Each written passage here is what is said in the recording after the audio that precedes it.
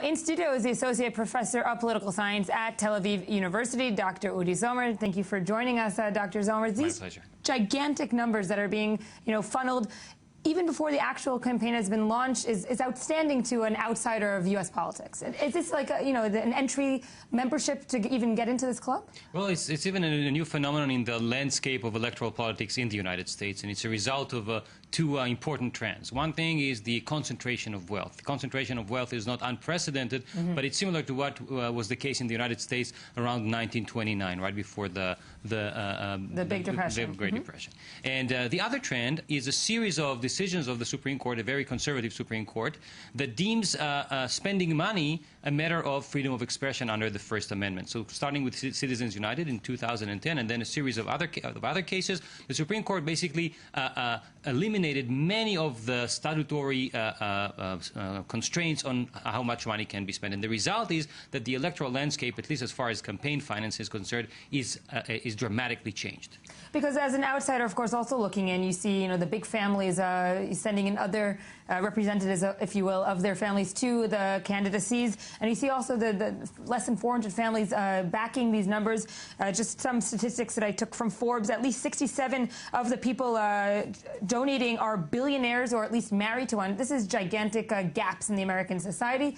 How is it, trying to convince, or when you're going campaigning, you're speaking to a very, very small number of people, actually? Well, there's a very there's a large variance here. Okay, so some candidates, such as Ted Cruz, I think this is the extreme case, based on the results from the Federal Election Commissions released in the end of June.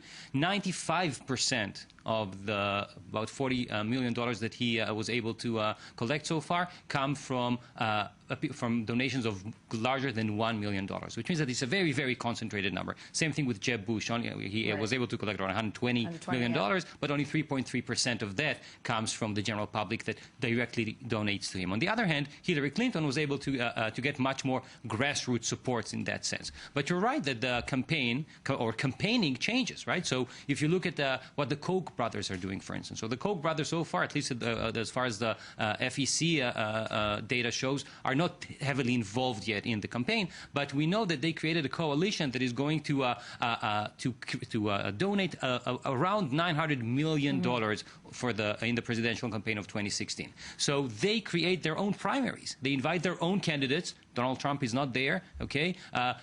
Candidates who are much closer to them ideologically, and those candidates, when trying to appeal to such coalitions, of course, try to present positions and ideas that would appeal to such donors. And the bigger question is, as beyond the campaigning, what happens when this person is finally elected in office? We know that big money means you're going to be running in politics. So once you're in office, what does that big money do on the side?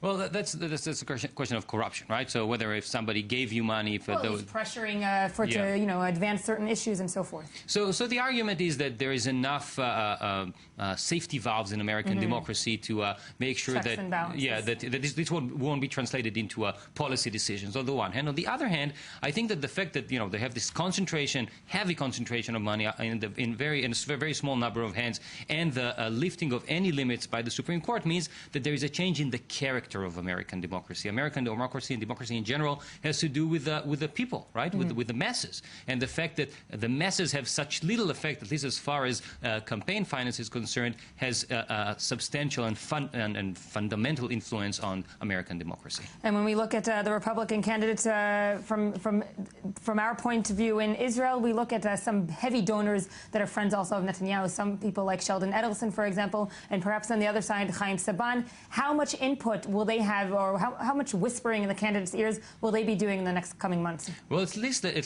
seems that as far as certain candidates are concerned, they have the ear, they have the candidate's ear, right? So Sheldon Adelson is known to be close with people like Marco Rubio or Ted Cruz, and Rand Paul may also be a potential candidate who would be very hawkish as far as foreign policy concerning Israel is concerned. So definitely those donors will have at least some of the candidates' ears in the coming weeks and months. Dr. Udi Sommer, thank you for joining us. My pleasure.